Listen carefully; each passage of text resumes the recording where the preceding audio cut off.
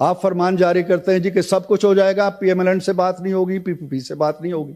ये कौन सा निज़ाम है? आप हुकूमत में होते हैं तो हाथ नहीं मिलाते, आप अपोजिशन में होते हैं तो हाथ नहीं मिलाते। क्या जमहूरियत इस तरह चलती है? ये ऐवान भी है, मैदान भी है, सारा कुछ है, लेकिन क्या सियासत मैदानों में होनी है? आ जाए ऐवानों के अंदर, एहतजाज करें, अदालतें मौजूद हैं, फोरम मौजूद हैं।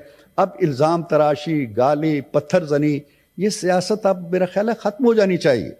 ऐसा नहीं है कि 2018 का आप दौर गुजारा, हमें भी आपने जेलों में डाला, लोगों को सजाएं सुनाई, नैब को पीछे लगाया, इदारों को पीछे लगाया। सर 2 मिनट्स मुझे और चाहिए। लेकिन हम लोग चलते रहे, हमने ना बाइकआउट किया, ना हमने इस्तीफे दिए। आपको तो पार्लिमानी सियासत से कोई ताल्लुक ही नहीं लगता। 2002 में पहली दफा खान साहब आए, मुस्ताफी होके चले गए। 2008 का इलेक्शन नहीं लड़ा। 2013 में आए तो धरने देते रहे और आखिर में इस्तीफे दे दिए। 2018 में बैठे रहे, लेकिन जब हुकूमत टूटने लगी तो असेंबली तोड़ दी। ये जमहूरी कैरेक्टर नहीं है। जमहूरी कैरेक्टर ये है कि खंदा पेशानी के साथ आपके दिल के ऊपर चोट लगी होगी, हमारे दिल पे भी लगी होगी, हम भी पता नहीं क्या दादो शुमार बनाए बैठे होंगे, आप भी बनाए बैठे होंगे।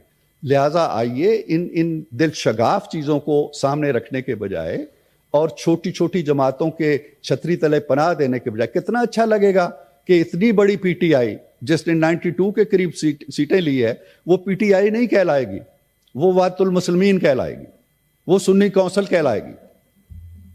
कितना मजा है आपको? मैं अब इस पे इससे ज्यादा कुछ नहीं कहना चाहता।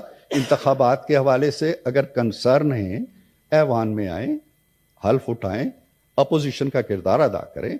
अपोजिशन का किरदार हुकूमत के किरदार से कहीं ज्यादा आम है। जो भी हुकूमत बनेगी